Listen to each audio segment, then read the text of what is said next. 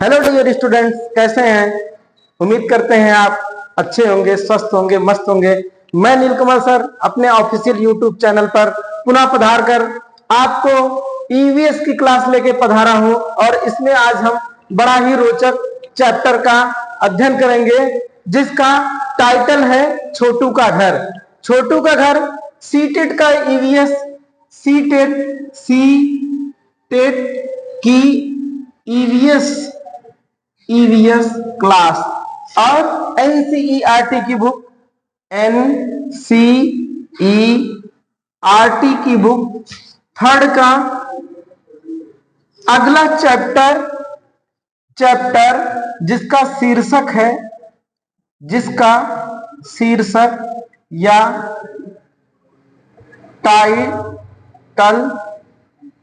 Title है छोटू का घर। तो आज हम पढ़ेंगे छोटू का घर। घर और मकान दो शब्द होते हैं, दोनों में अंतर स्पष्ट किया गया है इस चैप्टर में। घर पहला और दूसरा है मकान। घर और मकान, इसका व्याख्या किया गया है इस चैप्टर में। और दूसरा जो इसमें निकल के आता है पॉइंट, वो है शौचालय। इस चैप्टर में बताया गया है कि किसी भी घर में किस प्रकार से शौचालय का निर्माण किया जाता है और शौचालय का उपयोग कैसे किया जाता है और शौचालय में किन किन सामग्रियों का प्रयोग किया जाता है और शौचालय को कैसे साफ रखा जाता है। ये इतना पॉइंट इसमें पढ़ना है। बड़ा ही रोचक चैप्टर ये है, बड़ा रोचक चैप्टर है। इसमें से हालांकि कूट रचित प्रश्न नहीं बने हैं, लेकिन वन लाइनर प्रश्न पीछे बने हुए हैं। आइए अध्ययन करते हैं कि क्या क्या इसमें वर्णन हुआ है। इसमें छोटू नाम का एक लड़का है, उसका घर है और घर का निर्माण हो रहा है। उसमें किन किन सामग्रियों का यूज हुआ है आप जानते हैं, हम लोग सभी लोग जानते हैं कि घर बनाने के लिए जो सामग्री उपयोग होती है उसमें ईंट है, सीमेंट है, बालू है, कंक्रीट है, इत्यादि प्रकार की सामग्रियों का प्रयोग किया जाता है।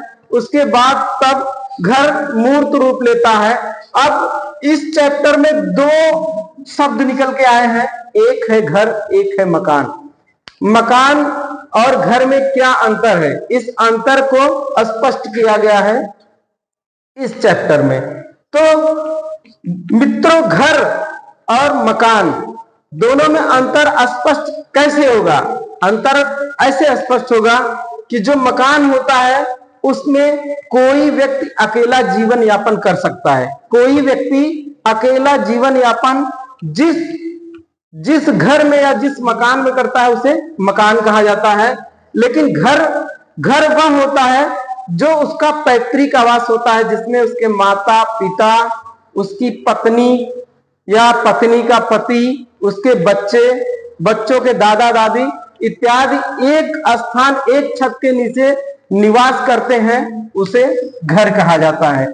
और मकान में कोई व्यक्ति अकेले रह सकता है या अन्य व्यक्तियों के साथ रह सकता है, या जरूरी नहीं है कि वो अपने पैतृक जो उसके वंश के लोग हैं उनके साथ रहे। लेकिन घर के लिए यह आवश्यक है कि जो व्यक्ति अपने पूरे परिवार के साथ एक घर में रहता है या जहां निवास करता है उसे घर कहा जाता है। तो दो चीजें आशा करते हैं कि आप समझ गए होंगे कि मकान और घर में क्या अंतर है। आइए आगे देखते हैं। आगे इसमें जो मोस्ट इंपॉर्टेंट टॉपिक है या मोस्ट इंपॉर्टेंट पॉइंट है वो है स्वच्छ भारत मिशन। क्या है? स्वच्छ भारत मिशन। स्वच्छ भारत मिशन, इसका वर्णन किया हुआ है कि स्वच्छ भारत मिशन कब भारत सरकार के द्वारा लागू किया गया। ऐसे क्वेश्चन बन सकते हैं, वन लाइनर में बनते हैं। तो इस चैप्टर में स्वच्छ भारत मिशन से ये पॉइंट दिया गया है कि गांधी जी के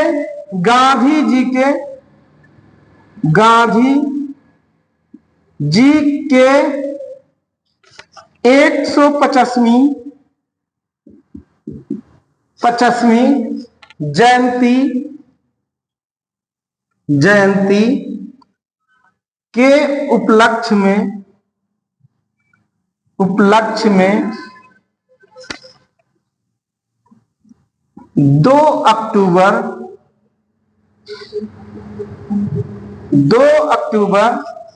2019 को शुरू हुआ या शुरू किया गया। तो इसमें जो मोस्टली अगर पूछने वाला या पूछे जाने वाला या पूछे जाने की संभावना है वो इस पॉइंट की है कि स्वच्छ भारत मिशन कब शुरू किया गया। इसका आंसर होगा 2 अक्टूबर 2019 को। गांधी जी की कौन सी जयंती पे शुरू किया गया? गांधी जी के 150वीं जयंती पे शुरू गया। तो गाइस बने रहिए आप हमारे official YouTube channel Purvanchal career classes पे और ज्यादा से ज्यादा लाइक करिए, ज्यादा से ज्यादा शेयर करिए, जिससे कि लेटेस्ट वीडियो आप तक पहुंचे। आपके शेयर लाइक कमेंट से हमारा मनोबल ऊंचा होता है और आप हमारे मनोबल को बनाए रखिए और हम अच्छी और परीक्षा से संबंधित सामग्री को लेके आएंगे और जो आपको परीक्षा भवन में एग्जाम क्रैक करने में काफी मदद करेगा। आइए देखते हैं इस चैप्टर में। घर को हमने देखा, घर किसे कहते हैं, मकान किसे कहते हैं, शौचालय में उपयोग होने वाले सामग्री, और सबसे इंपॉर्टेंट पॉइंट जो इसमें मिला वो ये है कि स्वच्छ भारत मिशन की शुरुआत कब हुई। स्वच्छ भारत मिशन की शुरुआत कब हुई? 2 अक्टूबर 2019 को। कब हुई? गांधी जी के 150वीं जयंती के उपलक्ष्य में शुरू हुई। और दूसरा इसमें जो पॉइंट आता है जिससे क्वेश्चन बनते हैं वो है चूहों के बारे में बताया गया है। चूहा की विशेषता बताई गई है। एक चैप्टर के द्वारा एक छोटी सी कहानी, पंचतंत्र की कहानी है, उसमें चूहों का वर्णन हुआ है और उसमें पूरा चैप्टर का अध्ययन करने के बाद जो निकल के आता है उसमें सिर्फ एक पॉइंट निकल के आती है। जो चूहे होते हैं चूहों में देखने की क्षमता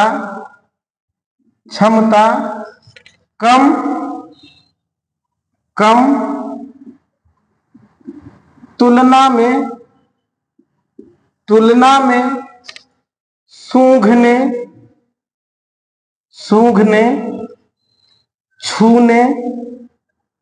छूने व स्वाद चखने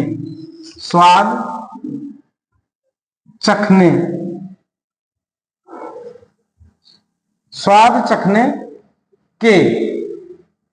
ये वन लाइनर क्वेश्चन आया हुआ है सीटेट में।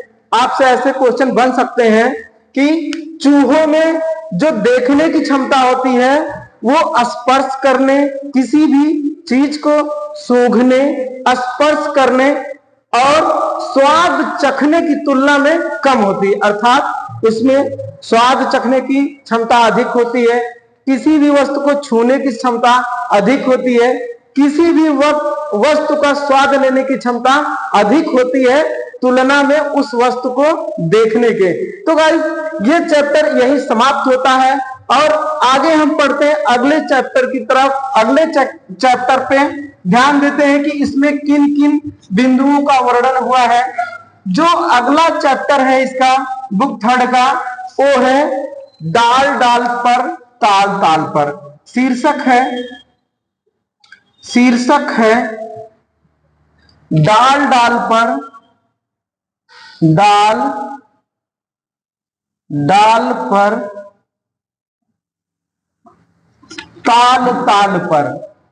ताल ताल पर। ये अगला जो चैप्टर है उसका शीर्षक है, ये एक रोचक कहानी का वर्णन इसमें किया गया है। एक पूनम नाम की लड़की है, एक पूनम नाम की लड़की है, यह बुखार से पीड़ित है और जिद करती है स्कूल जाने के लिए। स्कूल जाने के लिए जिद करती है, इसके मां के द्वारा इसको मना कर दिया जाता है क्योंकि बुखार अधिक होता है, जिसके कारण ये रूठ करके घर के बाहर पेड़ की छांव में पड़ी खाट के ऊपर सो जाती है। और ये इतनी गहरी नींद में सो जाती है कि इसके गाल के ऊपर एक पंछी बीट कर देती है, बीट मल त्याग कर देती है और एकाएक इसकी नींद खुलती है तो ये देखती है कि इसके गाल पे किसी पक्षी के द्वारा बीट कर दिया जाता है और ये कहती है उफ, और या तो ये कबूतर का बीट है या फिर ये कौवा का। और उसके बाद उठती है और एक सूखी पत्ती उठा के अपने गाल को साफ करती है, फिर भी उसका गाल साफ पूरा नहीं होता है। फिर वो पास के तालाब में चली जाती है धोने के लिए। वहां जाती है धोने के लिए तो वहां पे विभिन्न प्रकार के जानवरों को देखती है। कौन कौन से वो जानवर हैं? उसमें भैंस है, बकरी है, कछुआ है, मेंढक है, सांप है, छिपकली और केंचुआ इत्यादि प्रकार के जानवरों को ये देखती है। तो इस चैप्टर का जो मूल सार निकल के आता है वो ये है कि जानवर शब्द का उपयोग हुआ है। जानवर शब्द का उपयोग हुआ है किसके लिए? भैंस के लिए, बकरी के लिए, सांप के लिए और मेंढक के लिए, छिपकली के लिए और केचुआ के लिए। इसका कारण यह है कि बच्चे जो होते हैं उनमें वर्गीकरण का अभाव पाया जाता है, उनके अंदर वर्गीकरण की क्षमता नहीं होती है। इस कारण से इन सबों को एक शब्द जानवर के द्वारा निरूपित किया गया है इस चैप्टर में। इस चैप्टर में एक शब्द जानवर के द्वारा मेढक, कीड़े मकोड़े, छिपकली, कछुआ, भैंस, बकरी सबके लिए उपयोग किया गया है। क्यों किया गया है? इसलिए किया गया है क्योंकि जो छोटे बच्चे होते हैं उनकी वर्गीकरण की क्षमता कम होती है। इस वजह से इन सबों के लिए सिर्फ एक शब्द का उपयोग हुआ है, जानवर शब्द का, और ये वन लाइनर क्वेश्चन बन सकता है। आपसे आगामी एग्जाम में पूछ सकता है कि इन सबों को किस नाम से या किस शब्द से संबोधन किया गया है। तो इसमें संबोधन किया गया है जानवर शब्द से, ये है। और अगला जो इसमें टॉपिक है, अगला जो पॉइंट है इस टॉपिक में, उसमें है जिक्सा खेल। मोस्ट इंपॉर्टेंट ये पॉइंट है, यहां से क्वेश्चन प्रीवियस के एग्जाम्स में बने हुए हैं। जिक्सा खेल, जिग्सा खेल, जिक्सा खेल या पहेली, जिक्सा खेल या पहेली। ये जिक्सा खेल या जिक्सा पहेली, इसमें कोई एक चित्र दिया रहता है, मूर्त रूप में वो चित्र होता है लेकिन विभिन्न खंडों में विभक्त होता है। क्या होता है? विभिन्न खंडों में विभक्त होता है और उन खंडों को मिला करके फिर से मूर्त रूप में वह चित्र बनाया जाता है। यही जिक्सा पहेली है। इससे प्रीवियस के एग्जाम्स में आए हुए प्रश्न हैं। तो आइए देखते हैं कि जिक्सा पहेली के लिए किन किन बिंदुओं का वर्णन किया गया है। ये जो प्रश्न आया है प्रीवियस के एग्जाम में वो कूट रचित प्रश्न के आधार पर आया है। तो इससे संबंधित 3-4 बिंदु हैं जिसका हम पॉइंट टू पॉइंट अध्ययन करेंगे। हो सकता हो इस क्वेश्चन की पुनरावृत्ति हो जाए या होना संभव हो। आइए देखते हैं कि जिक्सा क्या है। जिक्सा, इसमें जो पहली पॉइंट है, इसमें इसका वर्णन करते हुए लिखा गया है कि जिग्सा में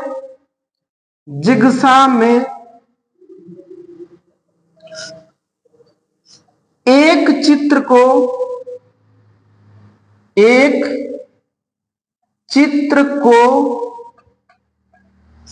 कई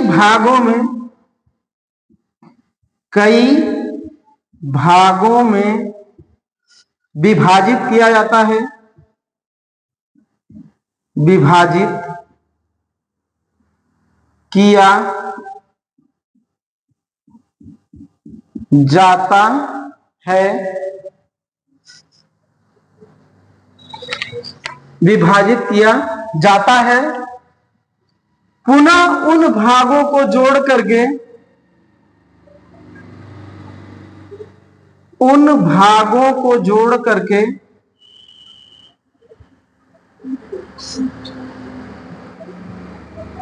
जोड़कर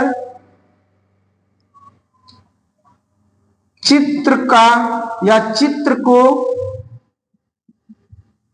पूर्ण रूप या मूर्त रूप दिया जाता है।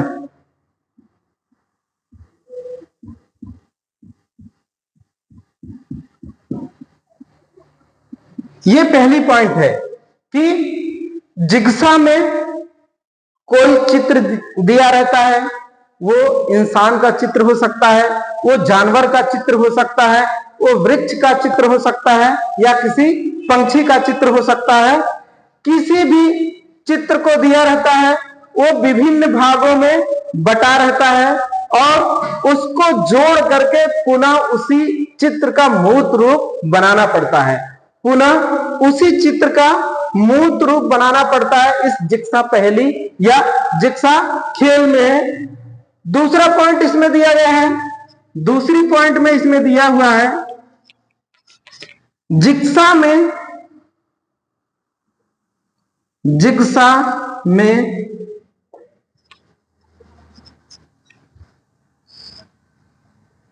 चित्रों का आकार,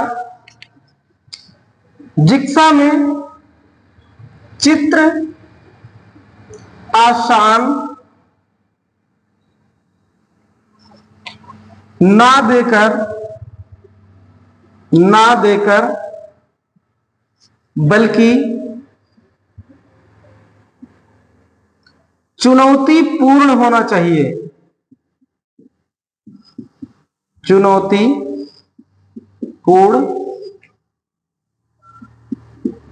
होना चाहिए। ये दूसरी पॉइंट है कि जिक्सा का जो चित्र हो वो बहुत आसान ना हो, जिससे कि आसानी से उसको जोड़ करके चित्र का मूर्त रूप बना दिया जाए। वो चुनौतीपूर्ण होना चाहिए, जिससे कि आसानी से उसको ना बनाया जा सके, जिससे कि मानसिक क्रिया के द्वारा उसको बनाया जा सके। जैसा होना चाहिए जो चित्र है उसके आकार। तीसरा क्या इसमें पॉइंट है, तीसरी पॉइंट में दिया हुआ है कि जो बच्चे जिक्सा खेल खेलते हैं, यानी कि जिक्सा खेलने वाले बालक का, जिक्सा खेलने वाले बालक को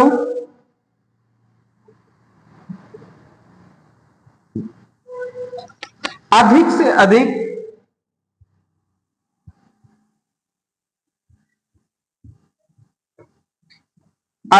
अधिक गतिविधि करने का मौका दिया जाना चाहिए।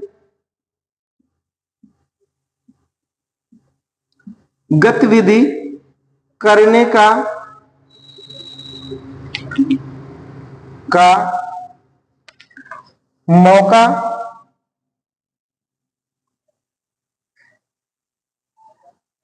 मौका मिलना चाहिए तथा उनके गतिविधियों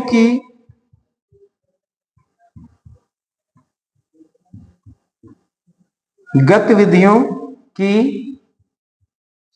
प्रशंसा करनी चाहिए। प्रशंसा करनी चाहिए।